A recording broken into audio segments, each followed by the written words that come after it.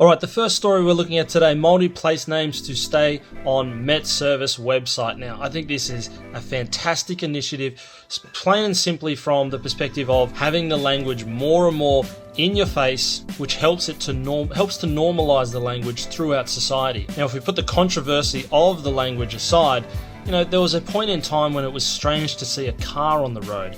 Then it became normalized through more and more vehicles being on the road. Fast forward to 2022, we're seeing more and more electrical vehicles on the road, which at the moment still seems a little bit out of place, but in 20 years time, our roads will probably be full of electric cars. It'll become the new normal. I think we can take that same thinking and apply it to language in public. The more it's put out there, the more people can see it, the more it becomes normalized. The haters today in their 30s, 40s and 50s, time's going to move past them. We're going to have a generation of children that are born over the next 10, 20 years that they're going to grow up in an environment where te reo Maori